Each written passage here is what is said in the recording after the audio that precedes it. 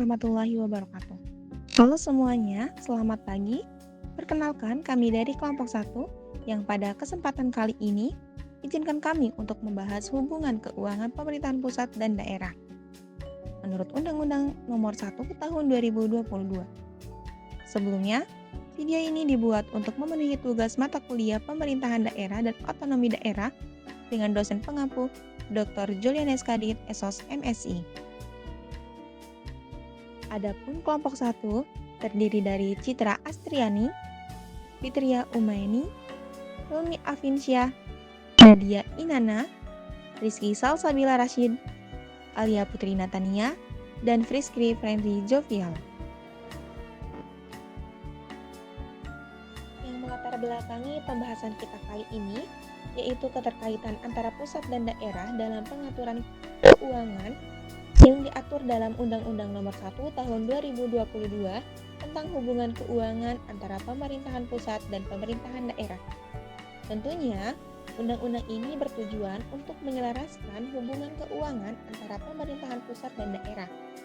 Undang-undang ini menggantikan undang-undang sebelumnya, yaitu Undang-Undang Nomor 33 Tahun 2004 tentang perimbangan keuangan antara pemerintahan pusat dan pemerintahan daerah yang dinilai tidak lagi relevan dengan kebutuhan terkini.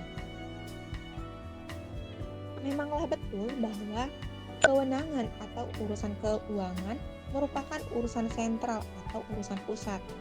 Nah, pemerintah atau presiden sebagai kepala negara pemerintahan pusat memegang kekuasaan keuangan negara. Kekuasaan ini kemudian diperbantukan oleh Menteri Keuangan, Menteri, dan pemimpin kelembagaan atau lembaga. Namun dalam pelaksanaan pemerintahan ini seringkali mendapat kendala seperti keterbatasan pendapatan, transparansi, dan pengelolaan anggaran yang tidak efisien.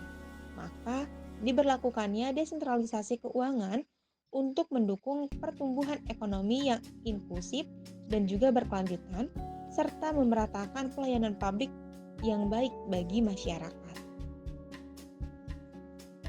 Kajian pustaka, di mana kajian pustaka yang kami ambil yaitu ada dua. Yang pertama ada keuangan negara.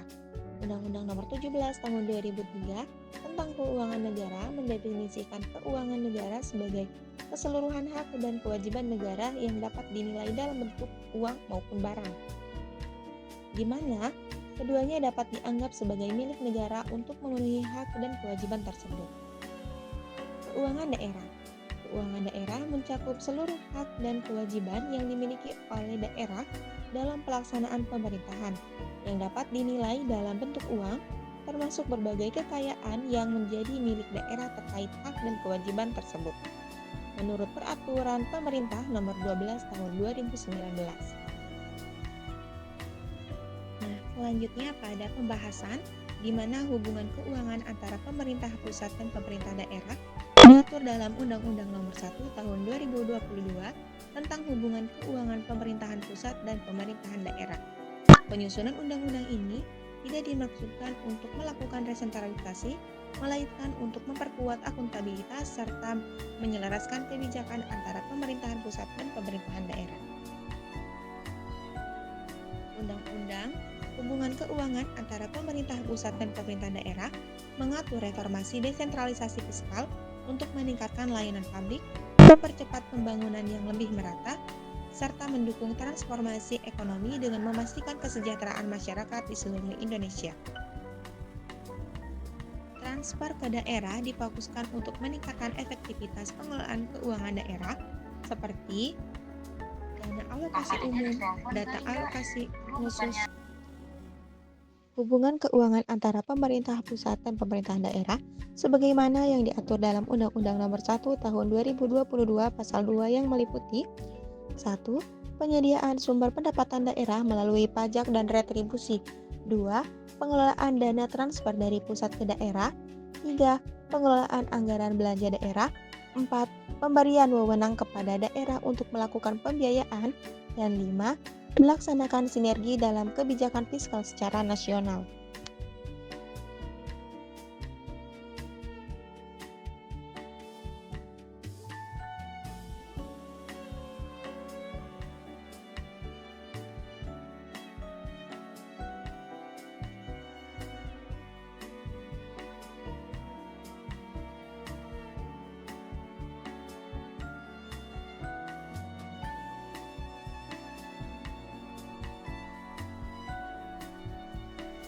Lalu ada aspek hukum pengaturan dana perimbangan keuangan pusat dan daerah. Dana perimbangan terdiri dari 1. Dana alokasi umum, 2. Dana alokasi khusus, 3. Dana bagi hasil, 4. Dana otomatis khusus, 5. Dana keistimewaan, dan 6. Dana desa. Selanjutnya ada prinsip pendanaan menurut pasal 3. Yang pertama, penyelenggaraan urusan pemerintahan yang menjadi kewenangan daerah didanai melalui APBD, yaitu anggaran pendapatan dan belanja daerah. Yang kedua, ada penyelenggaraan urusan pemerintahan yang menjadi kewenangan pemerintah pusat di daerah didanai melalui APBN, yaitu anggaran pendapatan dan belanja negara. Selanjutnya, transparansi dan akuntabilitas keuangan daerah. Transparansi merujuk pada keterbukaan dalam pengelolaan keuangan, mulai dari perencanaan, penganggaran, pelaksanaan, hingga pelaporan keuangan yang dapat diakses oleh publik. Sementara itu, akuntabilitas berarti pemerintah daerah bertanggung jawab atas penggunaan anggaran sesuai dengan ketentuan hukum yang berlaku. Dan semua keputusan dalam pengelolaan keuangan harus dapat dipertanggungjawabkan kepada masyarakat dan lembaga pengawas seperti Badan Pemeriksa Keuangan atau BPK. Selanjutnya, pengawasan. Pemerintah pusat bertanggung jawab mengawasi penggunaan dana yang dialokasikan kepada daerah, memastikan bahwa dana digunakan dengan efisien dan sesuai dengan peraturan yang berlaku. Pengawasan ini dilakukan melalui mekanisme pelaporan dan audit yang dilakukan oleh BPK serta instansi pengawas lainnya. Selanjutnya ada kesimpulan, di mana melalui otonomi keuangan akan memberikan kewenangan dan kesempatan untuk daerah agar dapat mengelola dan mengolah sumber daya yang ada untuk dapat menghidupi serta meningkatkan kapasitas kemampuan daerah itu sendiri, serta menjangkau lebih jauh atas pemenuhan pelayanan publik pada masyarakat daerah. Hubungan yang diatur dalam Undang-Undang Nomor 1 Tahun 2022 yang meliputi pajak daerah, retribusi daerah atau PAD, serta transfer dana dari pusat yang termasuk pada dana alokasi umum, dana alokasi khusus, dan dana bagi hasil harus didasarkan pada prinsip keadilan, transparansi, dan akuntabilitas. Nah, itulah tadi pembahasan mengenai hubungan keuangan pemerintah pusat dan pemerintahan daerah yang sesuai dengan Undang-Undang Nomor 1 Tahun 2022. Sekian dari kelompok kami. Wassalamualaikum warahmatullahi wabarakatuh.